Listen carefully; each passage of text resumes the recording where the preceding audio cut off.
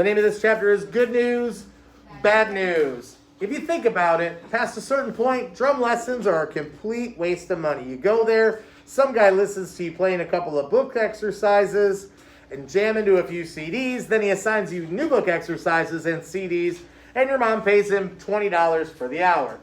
Next, you repeat is necessary for a bunch of years, so I realized one day that, hey, I had all the drum books and CDs I could ever need, and I could assign myself the next 2 pages of each book every week. All I had to do was bag my drum lessons, and I'd be saving the family $80 a month. Do you know what CDs are? No. Yeah. It's a thing that you stick in a thing and it comes up on the big thing. Yeah, it's the thing that you stick in the thing and then it comes up on the big thing, kind of. It's a way that we listened to music way back in the day when I was younger. In fact, I'm so old that CDs weren't even around when I was younger. Before that, it was cassette tapes. Before that, then it was 8 tracks or records. Things that maybe your parents or grandparents used to listen to. Okay. It's like a DVD player, but for music. Let's keep going. Just like Mrs. Galley said, why don't you try working on the things you can change? But how do you tell this to your drum teacher after 5 years together? This wasn't just any old drum teacher either. Mr. Stoll had attended every single one of my school concerts since I'd started lessons. He had invited me to probably 10 of his gigs to watch him play and had once let me even sit in with him at a big band concert for 1,000 people. At the time, I'd just been terrified, but later I figured out how amazingly cool that had been of him. So I couldn't just stop showing up. Instead, I needed a grand gesture to soften the blow, and I came up with a beautiful one. The day of the last lesson came. I asked my mom to drop me off a few minutes early and let me pay Mr. Stoll, then meet her outside at the end. I hadn't told the rents anything about this plan, and I didn't want to take any chances of Mom and Mr. Stoll talking that day. I had shoved something into my stick bag before leaving the house, and I was ready for action. So I went in, we exchanged pleasantries, and I even got through a few exercises before Mr. Stoll noticed I was all sweaty and shaky. Hey, what's wrong, kid? I got some bad news. What, you get kicked out of All City or something? It's worse. Is it about your brother? Not exactly. My family has a lot of expenses with the hospital thing, and my parents are all worried about money, and I decided I can't have drum lessons anymore. I'm sorry, but we can't afford it, and I can't pay you, and I'm sorry. You already said that, kid. I did? I'm sorry. There you go again. I brought you something. Let me just get it. I reached into my bag and I pulled out Mr. Stoll's gift. I kept it behind my back for a moment and I said, look, you've been really like a mentor to me. And you've taught me more than I could ever have imagined. And I wanted to give you something to remember me by. So anyway, here it is. And I held out the special sticks to him. You know, you remember the ones that Carter Buford of the Dave Matthews Band signed? My drumming idol, he signed for me. The ones that Jeffrey used to stir his dangerous pie. Kid, oh, those are your prized possessions. Taking those would be like kicking you when you're down. Listen, how about we just look. From now on, your lessons are free. Don't worry about it. It's my pleasure to help my best student out. Really? Like, you really mean it? Yeah, I do. Now, let's get back to work. We were on page 17 of the Rudiment book, right? Yes, sir. Oh, and one other thing. You might want to spray those things with Lysol or something. Is it me or do they smell like rotten eggs? At the end of the lesson, I realized that I couldn't tell my mom that I had made this deal with Mr. Stoll, so I just ripped up the check she had given me. I knew that in the long run, that was about as useful as duct taping over your car's fuel gauge so you won't run out of gas. But in the short run, delusion was an easier path than truth. And come on. You have to admit, the deception was all for a good cause.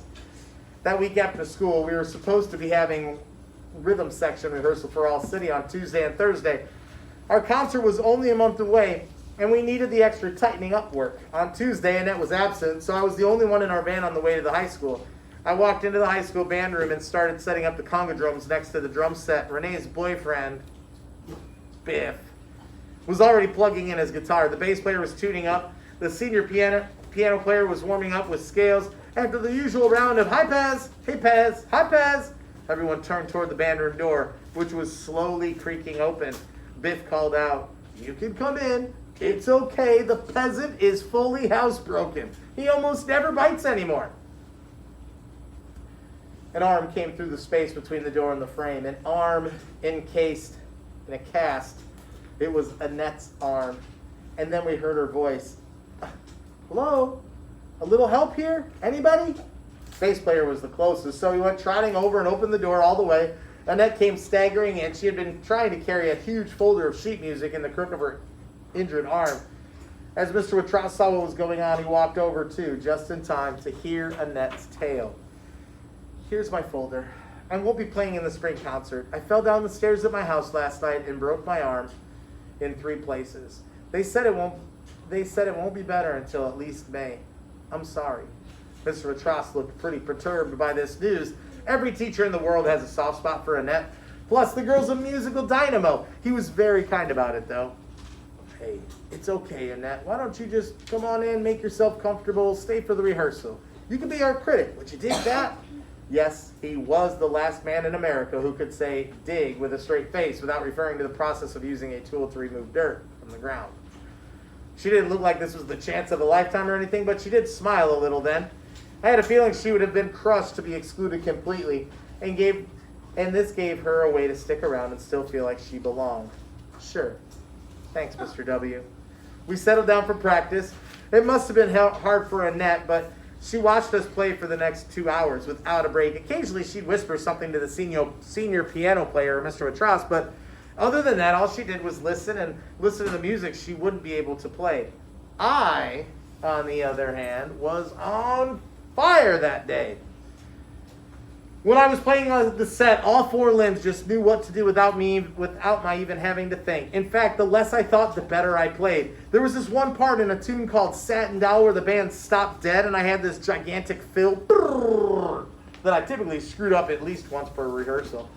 I tried everything, counting, having Mr. W conduct me through it, not counting, closing my eyes, reading the music, ignoring the music. Things just hadn't clicked. But that day, I didn't even blink an eye. The other instruments dropped out, and the next thing I knew, they came back in. I hadn't even noticed I was playing the solo break part, but I must have nailed it because Mr. W was smiling, and Annette gave me a little approving nod. It was like one of those Zen master moments of a movie when the master suddenly figures out the secret of the universe without even trying. Well, okay. It was a little Zen master moment, like maybe when the master figures out the secret to Phillipsburg, New Jersey. It was still cool, though. Every time I read that, and still I don't know, every time I read that, I want to know, what is the secret to Phillipsburg, New Jersey? Free extra credit if anybody wants to look that up when they get home. See if you can figure out what the secret to Phillipsburg, New Jersey is. I was so far into the zone that even Renee's arrival in her Lyrica uniform couldn't throw me off. In fact, for the first time in my life, I didn't even particularly pay attention to Renee. I was just having too much fun playing. The last thing we practiced was the big show finale, Cubana B, Cubana Ba. I got ready behind the congos. Brian shifted the drums around a bit so they'd be comfortable for him. He's about a foot taller than me. And Mr. W and Annette came over. They were both going to do the chanting parts that were usually handled by the saxophone section, and Mr. W was going to play the screaming trumpet parts too. This piece had been pretty rough in practice so far, but some days you just click. We were super tight through the whole tune. Brian was playing the kids so well that I felt like we were telepathic. It was as if my right hand and his right foot were wired to one brain. The bass player was locked in there, and also, so every walking quarter note he played was pulsing in the exact same time with Brian's left foot hi-hat clicks. Meanwhile, Biff played an astounding solo. The notes just seemed to shimmer in the air like floating fire. And Mr. W was simply incredible. The piano player didn't know this part as well as Annette did, even though he usually played more than half of the show. This one was rightfully hers. But he rose to the occasion too. At the end, we all just stopped and looked around with these massive dumb-looking grins on our faces. And then Renee started clapping, and Mr. W joined in. Maybe Annette would have clapped too, if not for the cast. But from the pained look behind her smile, I wasn't too sure. On the way home in the van, Annette told me the whole story. Then she asked how Jeffrey was doing, which I thought was amazing. Here she was, with a limb all mangled and her piano career slammed in reverse gear, worrying about my brother. I swear, sometimes I felt like pinning a medal on that girl. Anyway, I told her about the whole money situation and even about how I had tried to quit drum lessons. She looked impressed that I had been willing to sacrifice my lessons and thought it was hilarious that the special sticks still smelled weird. Naturally, being Annette, she did feel the need to warn me about how ripping out my mom's checks wasn't going to work forever, but somewhere in the preceding half year, I figured out that the lectures were just an Annette thing. In fact, I would nearly have been disappointed if she hadn't given me that big fiery speech at that point. When we got to my house, we said a sad little goodbye, but I felt cheerful in a way. Evidently, you could shatter Annette's arm, but you couldn't break her spirit. One thing I wanted to mention, I came across this part. It says, Biff played an astounding solo. The notes just seemed to shimmer in the air like floating fire. Ooh, that's good writing. Because how do you describe a guitar solo? How do you describe the sound of a guitar? Like using words to describe a sound, that's pretty hard to do. But when you use simile, using words like the word like and as, comparing it to something else, I love the way that is written in there. I think it's fantastic writing. The notes just seem to shimmer in the air like floating fire. Ooh, that's good.